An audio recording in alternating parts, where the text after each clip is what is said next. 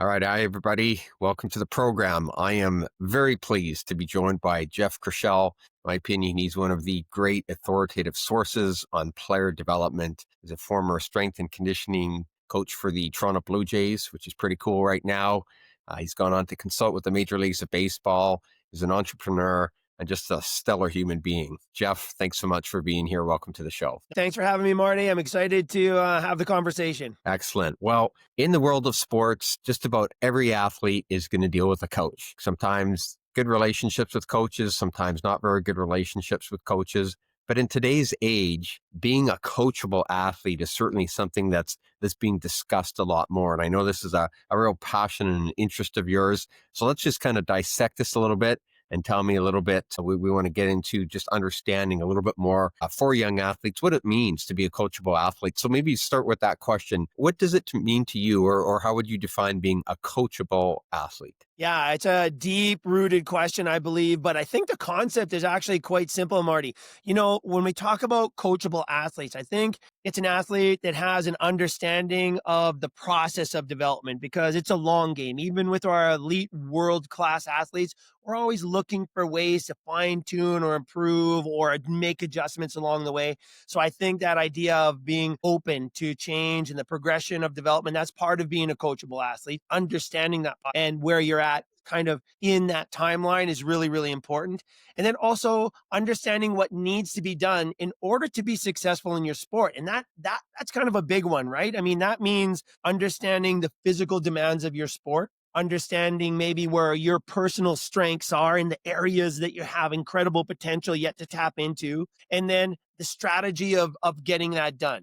And then I think to finish it off, when we really break it down and look from a 30,000 foot view of this big monster that is athlete development and sport performance, you have this kind of cool makeup of people, right? And in our programs, Marty, we kind of look at it like this. We've got our logo, our company logo is these 3 interlocking rings. And those are important for a number of reasons. You know, we look at the person, and that would sort of be maybe one of the rings we would indicate as that being the person. And that's everything that goes on, you know, for Jeff as a father, as a brother, as an uncle, you know, as a son, all of these things that make me who I am as a person. And then the second circle might be the athlete side. Okay, the athletic abilities, my strengths, the areas that I'm working on, and the things I need to do in order to be successful as the player.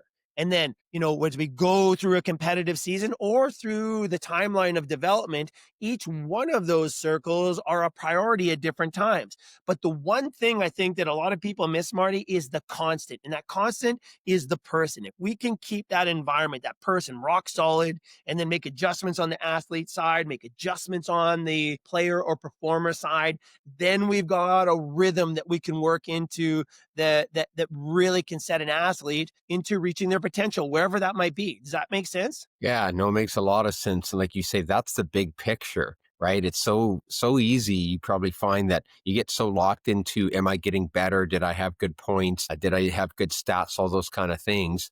But as you said, there's so many things that change in the environment around you that you have to figure out. And you figuring that out is such an important part of the process. And, you know, I've been really interested in how I think a lot of the athletes that I've worked with at elite levels, they're really focused on that process, not the outcomes. And that seems to be a really important shift. How do you, when you see these elite athletes, is that what you see as well? Yeah, I think so. And again, that's one of the things about having this system, right? We have this saying in our programs, nobody does it alone. It's not possible in this day and age to do it alone. So you have this performance team that comes in, you know, people like you guys coming in and really working on the mental side, which is so important. You got the strength guys, you have the technical, tactical coaches in there, and then you have the person and then the family unit, which is a very, very important part of the performance team, the moms and dads, the wife and children, depending on where the athlete is at. But getting an athlete focused in on the goals and objectives and understanding where they're at, you're 100% right. Becoming a coachable player is, you know, kind of like looking to the future to plan, we say, looking back to learn successes and failures, but understanding where you're at in the moment. If you can be in the moment and execute and then learn from that, you're in a really, really good place, I believe. And I think you're right, Marty. There's a lot of these conversations going on, and we're seeing it more and more that athletes aren't so concerned about the outcomes, things that are out of their control. They're focusing more on what they can control in that moment in time. And that's a powerful, powerful thing. Yeah. Controlling what you can and not trying to control what you can't. Yeah. So, this whole topic of being a coachable athlete, why do you think it's so important in this day and age, more than ever, just being a coachable athlete? Why do you think it's become so important? Yeah, I think there's a number of things I could think of just off the top of my head. And number one is sort of, again, for good and bad and evil and all this stuff, and the great things that come out of it, the industrialization of youth sport, the business now of youth sport has changed the landscape. So one of the things we see with that, Marty, is athletes sort of getting into a sport now or into an organization, a club, team, academy, and they stay inside of that for most of their development, which is perfectly fine. But one of the things we see is the over competing, right? So we're kind of losing this idea of the annual planning. It's competition, competition, competition. And when we look at the ratios and actually preparing athletes for sport as they grow and develop, the one thing that seems to be fading away is that period of non-competitive athlete development, right? So that is a huge, huge part of being a coachable player. Most coaches, even at the most elite levels, are limited sometimes in how much they can help their players because the players simply can't do what needs to be done, whether it's physically, emotionally, or even mentally, right? And that's things that need to be addressed over the course of time as athletes grow and grow and develop. So I think, this idea of becoming and creating coachable players it's a big picture kind of a process, but it ideally comes back to, hey, how well can you perform in the sport you're playing? And honestly, that's what it's all about. Yeah. No, it's so interesting, right? Like you say, I love your phrasing of the business of youth development sport, right? It really has become a business. And when you think the amount of money that parents will invest in being in a certain hockey academy or certain sport academy, and yet there's pressure that comes with that. And yet how do you navigate that really, really important landscape of not overdoing it, having fun, not over specializing too soon, but also really maintaining that attitude? Because I think that it does seem that the players, because they're consumers, they want to just, oh, well, I want to go here because I like what they do here. What's in it for me? And there's something about having to work through adversity, especially in tough situations, that can really build that in a young athlete. And to me, that's part of being a coachable athlete, is not just always looking for the next best thing, but really making the best of your environment. Yeah, we often say when I sit down with an athlete, regardless of what level they're at, whether it's a young developing athlete and their families, or whether it's our elite guys who,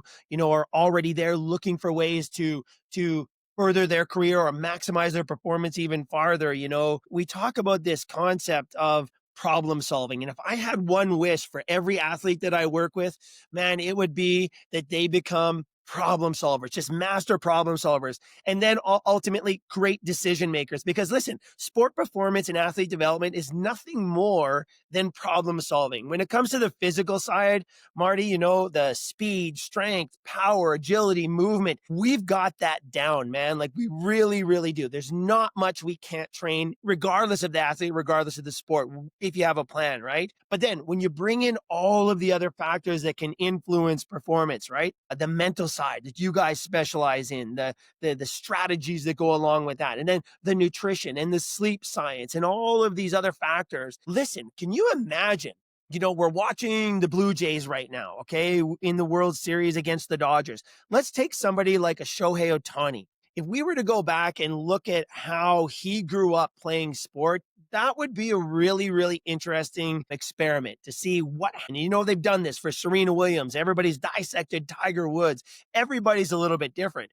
Here's what we do know though, right? The athletes that really get that special mix of experiences through those critical developmental stages of life often have a better chance of succeeding at the higher levels. That we know. So inside of this industrialized world of youth development, there are massive opportunities for organizations who really, really want to do it right. And it's well beyond just more competitions, right? Competition can only get you so far. We have another saying that we just love that I think resonates with our athletes at every level, whether they're youth developing athletes or whether they're our elite guys. You can only rise to the level of your preparation, we'll say. And that kind of gives us the launching pad to have these sometimes tough discussions of what it takes if you really want to achieve your goals. And it's part of the fun as well. Yeah, love it. Rise to the level of your preparation, right?